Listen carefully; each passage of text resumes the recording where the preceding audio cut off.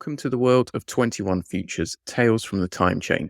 This book, forthcoming in December 2023 with Consensus Network, is the world's very first Bitcoin anthology. I'm the editor, Philip Charter, and today we speak with one of the authors featured in the anthology, Alex Gurevich. Welcome to the show. Well, thank you very much. I'm excited to be part of this adventure. It sounds like it's going to be a very interesting publication. Yeah, I think that's one of the things that I am really looking for. I have enjoyed about this. Everyone's super excited and everyone's like really raring to go because it's just such a great thing, wherever you are in your writing career, to have, a story in a book is awesome and in a world first, no less. Great. Well, we're going to hear a bit of your story, are we or are we not, later. And before we get to, let's have a couple of questions on how you got involved in the project and a few other things. So yeah, let's start there. What caught your attention about 21 Futures? Well, when I saw this anthology call, it was kind of immediately obvious to me that there is a really good fit for me to try to write for it because it's a real confluence of different fields of my interests. I'm a writer, even though that's not my day job. I'm a hedge fund manager, but I have written 2 investment books and I've written a bunch of fantasy and science fiction stories before as well, a couple of which were published prior to this one. So it was where I could really meet my professional field to an extent and my biggest passion, which is writing fiction. And I also naturally think about future of Bitcoin, again, both as an amateur futurist and as a professional investor. So it's very much exactly what I'm doing. All I had to do is really think of a character to reflect. And I already had an idea, which was behind the story before. So all I really had to do is think of a setup and the character. And it was a pretty natural project for me to get involved in. That's great to hear. Yeah, I think this book has been like a car that just needed gas. It was like this book is sitting there ready to be filled up with all these awesome ideas that the whole community has. And a lot of the other authors have said the same. It's like, well, sort of the idea was the easy part. I have tons of them, and we're thinking about this all the time. So, yeah, it's interesting to hear that was the same case. Yeah, tell us a bit more about your path into Bitcoin or your sort of interaction with it. Well, as I've mentioned, my background is I have a PhD in mathematics, and I've been a Wall Street investor for now quite a bit, almost embarrassingly long time, over 25 years.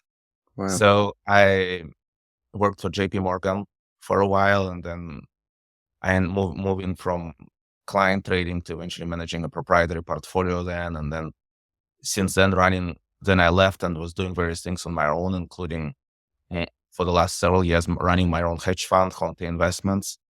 And for those people for viewers who don't know about global macro trading, what you really do, you make directional bets on various assets around the world. Currencies, commodities, it could be stocks too, but it's not necessarily focused on stocks. I'm not focused on stocks. I'm more focused on interest rates and currencies and commodities.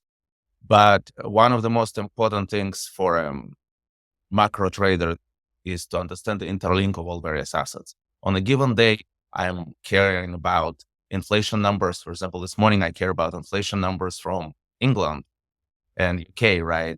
I'm also caring about Federal Reserve this afternoon, but also news about property markets in China, copper production in Chile. All of this becomes part of one picture. I started to be interested in Bitcoin in 2015, even though I've heard of it prior. So Yeah. people into Bitcoin know that it had a big price correction from 2014 to 2015, and people were calling it being a bubble. And then when I started to look at it, at the charts, just purely as a financial person, not at all as a technical person, I realized that not trading and not behaving at all like a bubble.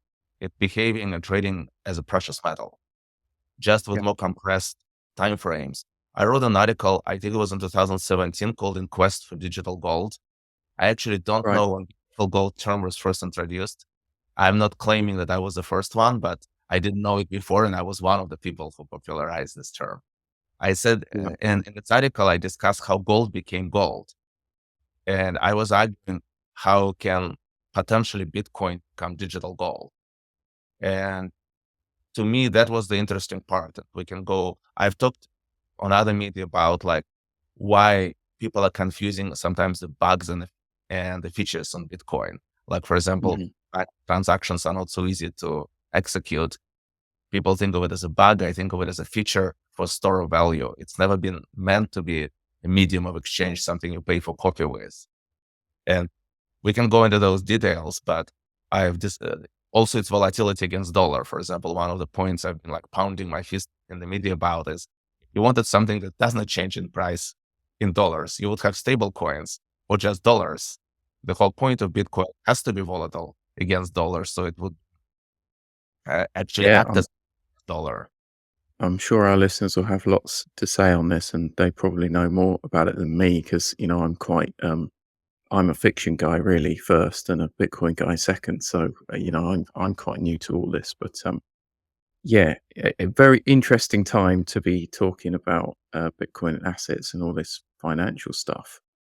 And yeah, one of the things is I think it helps people learn about what money is. I mean, that's not really taught in a lot of educational systems, and unless you really go after it and study it, money's just the notes that are in your wallet to most people, and the plastic credit cards that you do buy coffee with. So it's a big rabbit hole to go into, but one which is beneficial, I think, for people to know about.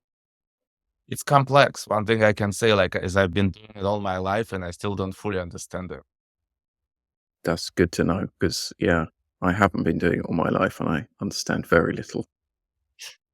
But yeah, moving on. Tell us more about your writing. So you said you're a sci-fi writer and a non-fiction writer.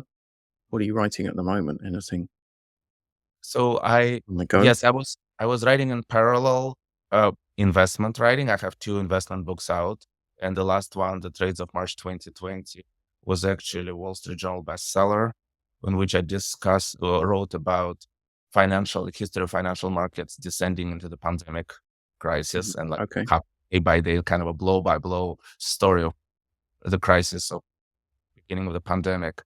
I wrote a previous book, which was more like a professional trading guide, The Next Perfect Trade. I've also written a bunch of articles like the one I mentioned about digital gold for Yahoo Finance and just general information for my investors. So it's been a lot of investment writing for me. But since I was a teenager, I had an absolute passion for speculative fiction, fantasy and science fiction. That's 90% of what I read. I read other things, but predominantly it's either read finance books or research reports, or I read speculative fiction.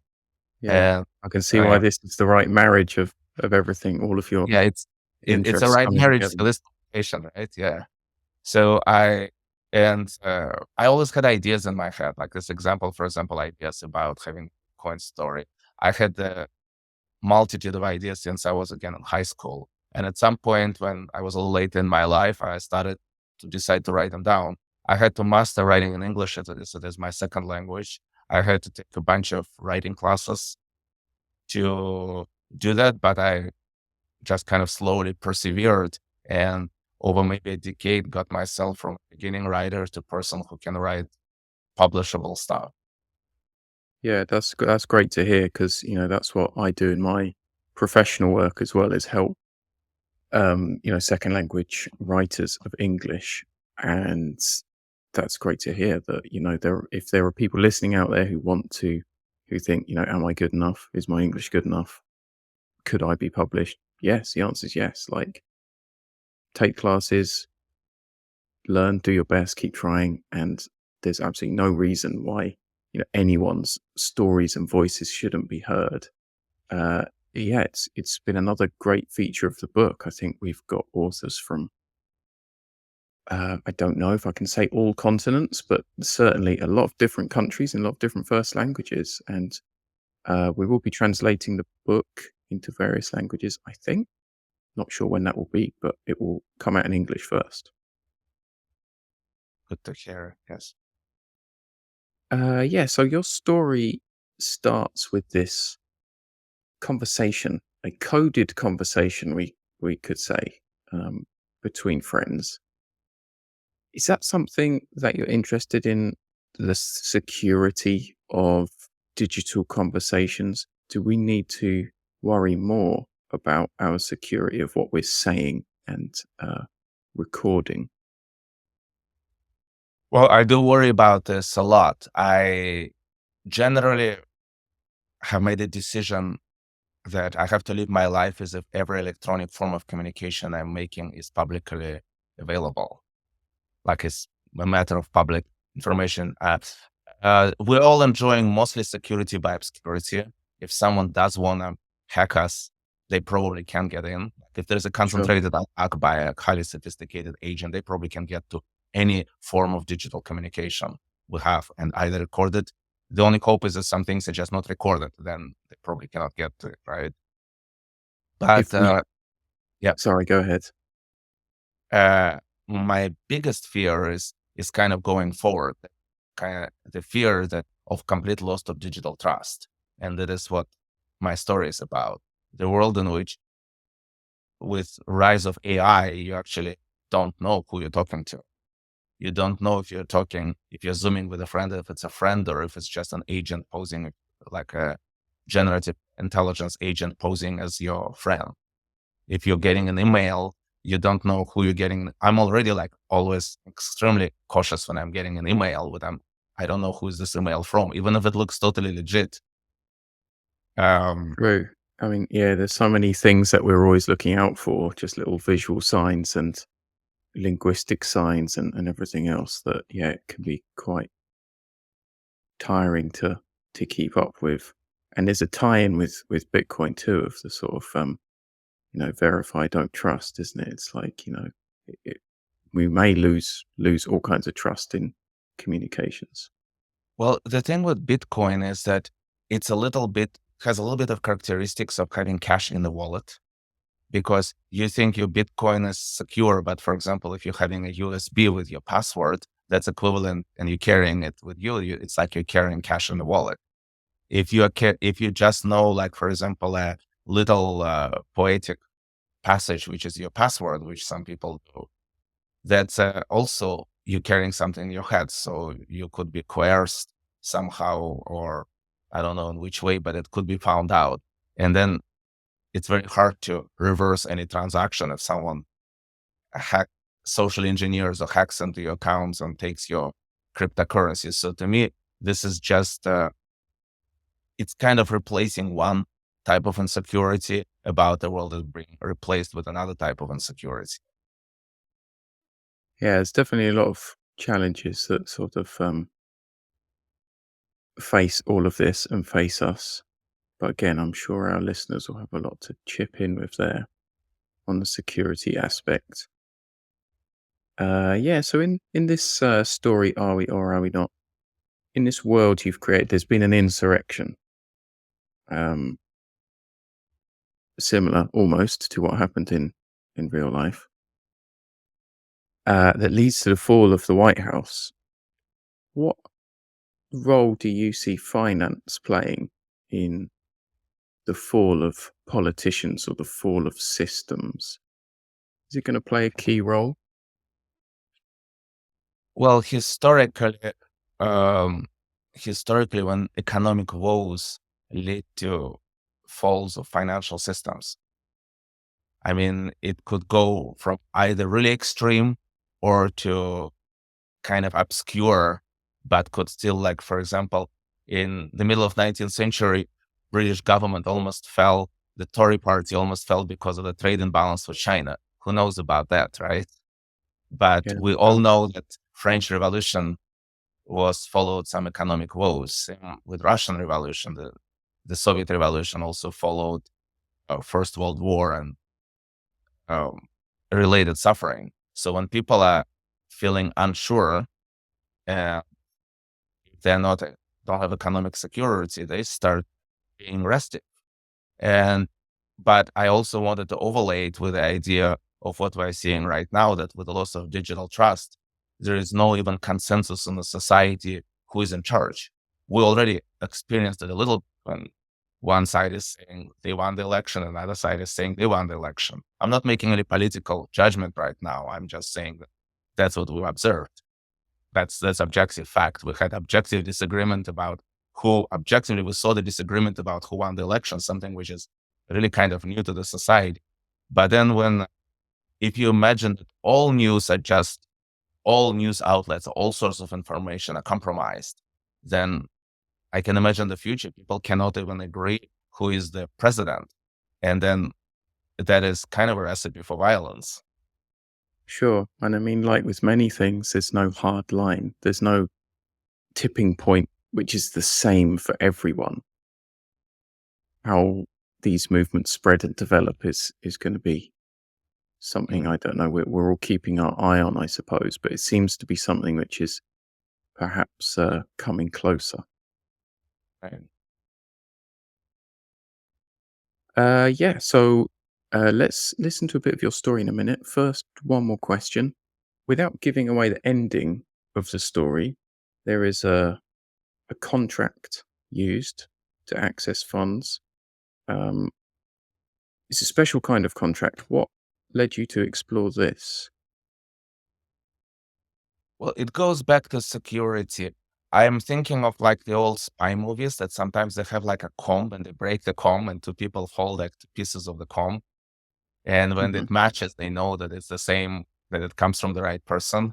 Or like you tear like a $50, $100 bill, and then you have two parts of it and they have to match exactly. So I was thinking of people adding layers of security by effectively creating escrows, which could be both related to currency or just fulfillment of contracts. Uh, I think that there might be a lot of future, which is not all negative. There could be some positive stuff about attaching security to various contracts, which are very unique. For example, in this case, again, without giving it away, the contract is something very unique to this specific people involved. So they could attach security to this contract and kind of use it as a comb that matches to access the funds. So to me, this is a lot of possible future in the event when digital trust dissolves. Yeah, really interesting stuff. And definitely recommend to everyone out there listening that you check out this story if you're interested in security and this kind of digital trust issue. Yeah, there's a few stories in the book which probably touch on that, but Alex's definitely features that as a main aspect. Let's hear some of it. Over to you, Alex. Could you treat our listeners to a few lines from your great story? Great, I'm delighted to. I will read from the middle of the story, so I don't give away much of the plot. It's just the background as the person just needs to go to another city. So Okay, here it take it comes. away. Rhonda scooped a few gold and silver coins and a USB drive from the safe, leaving the green folder untouched. Driving across the country was not an option. She'd never dared to plug in her car at an unknown charging station. Trying to search for airplane tickets on the internet was useless as well. The Malberts were now aware that she was in the market for air travel. She would just run into more scams like fake Emily, leading her to Associated Airlines website. Rhonda had to go directly to the airport kiosk. There was nowhere safe to leave her car. So she asked her neighbor to give her a ride in exchange for permission to harvest produce from Rhonda's porch garden in her absence. It took Rhonda hours to make it through the ticketing line at the airport. The clerk had a mass spectrometer to verify her metal coins, but still wouldn't accept them. He sounded apologetic. Sorry, I can't be sure of the price of gold now. Normally, we're allowed to take some risk, but these days, everyone is talking about the government selling precious metals to make up for the lack of Bitcoin reserves. All the quotes we get are like 10 times apart. Making a Bitcoin transfer in public was dangerous. Taking a furtive look around, Rhonda tried to spot anyone who might intercept her transaction. Eventually, she dug into her pouch for her USB. Fortunately, the airport kiosks were still secure. She finally made it to the red eye after spending the whole day in the airport. The attendant on the plane did accept a silver coin in exchange for a stale bagel and an overcooked egg. Later, she wished she had skipped a meal. The next morning, Rhonda awoke disheveled and exhausted. Fighting bouts of queasiness, she pushed through the throngs of Pennsylvania Avenue. Entry to the White House was closed. Rhonda contemplated climbing the fence. However, despite what Emily had said, there were in fact a bunch of people on the White House lawn. There were uniform jackets with security and Secret Service printed on their backs and sported fancy earpieces and shiny name tags. Rhonda was reasonably certain these people had nothing to do with the government and would certainly not go anywhere near them with a USB in her belt pouch. Thank you. Great. Lovely. Really nice reading there. I wonder what happens next. When is this contract going to come into play? Check it out in the book. Alex's story will be one of the stories in that book, which, as I said, is out in December. Before we go, Alex, do you have a prediction for the future of Bitcoin? I think the future, as any future, is still not certain. What I think is happening has been happening over a decade, that Bitcoin has been accumulating credentials as digital gold.